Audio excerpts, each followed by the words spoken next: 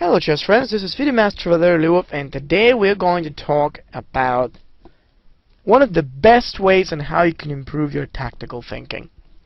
You see, I've had a lot of students of mine who sometimes come to me and they say, Valerie, I study a lot of things. I look forward to openings, I do master games, I play games on my own, I study with a master even, and then I can't improve my calculation. I do hundreds of tactical positions and I just don't know where I'm going wrong. When I hear that for the first time, I know exactly what this student needs. And usually one of the things that I actually recommend them is if you want to improve your tactical vision, you've got to play games which involve tactical positions, and you've got to learn where you make mistakes there. But the problem, most often, the problem isn't really the actual problem that they don't understand tactical positions. They do. It's about the approach they take into these positions. And the biggest issue is not so much about improving this approach, it's about how to get into those positions when we can practice, see our mistakes, analyze them, fix them, and just get better. And then I like to tell them the story that I personally this story that helped me personally to improve and grow. And that was the opportunity to study Gambits. See, Gambit comes from the Italian word of gambetto, and this means from ancient Italian tripping in one place. So basically, Gambit allows an opportunity for you to make a sacrifice and, in fact, make your opponent to defend for that extra pawn or two that you're giving to him, so that you have that time to seize the initiative and create a very strong attack against them. There's some amazing games in the history with which people had the opportunity to really utilize Gambits in an amazing way. And right now I'd like to show you one of these, because basically Gambits are amazing. Sometimes we lose when we play Gambits, sometimes we win.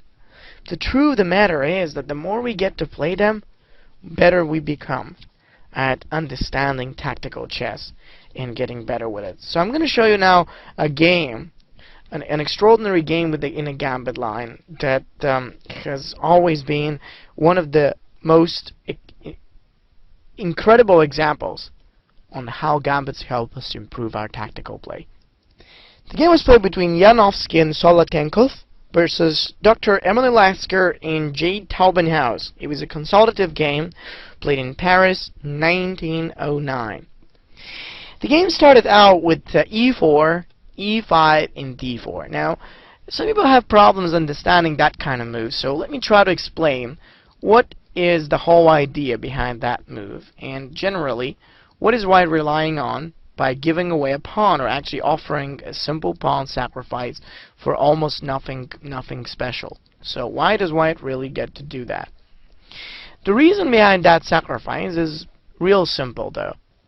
White's plan, although it doesn't look something so easy to see, is that Black gets to take the pawn, which he did in that game, and White's offering another pawn by making Black get to open up lines, and at the same time help White to gain a few extra tempi for his pieces. This is really the whole idea of opening. So let us have a look and see on how this game actually developed. After White played with the move of pawn to c3, basically Black continues with d5, and that's what many people will do. I mean, I gotta be honest with you. I'm gonna say that many people wouldn't like to accept your Gambits. You may be excited about playing them, but people get very, very, demotivated when their opponents just don't get in. They just don't choose to play the Gambit. So if Black plays d takes to the c, now we can see that after a move like that, White will obviously go for a move like knight takes to the c3, and then obviously he gets a lot of space and lines to develop. But Black plays d5, and he wants a different position, so he doesn't want to let us just get the Gambit straight. Okay, in fact, what do we do against a move like this? Now, if you want to play Gambits, you've got to be ready with that, and I think I said this. So in this occasion, I'll recommend you the following. When your opponent doesn't accept the Gambit, he's making a concession. And this is really important to understand. This means he actually gives up on the ability to try and fight for advantage.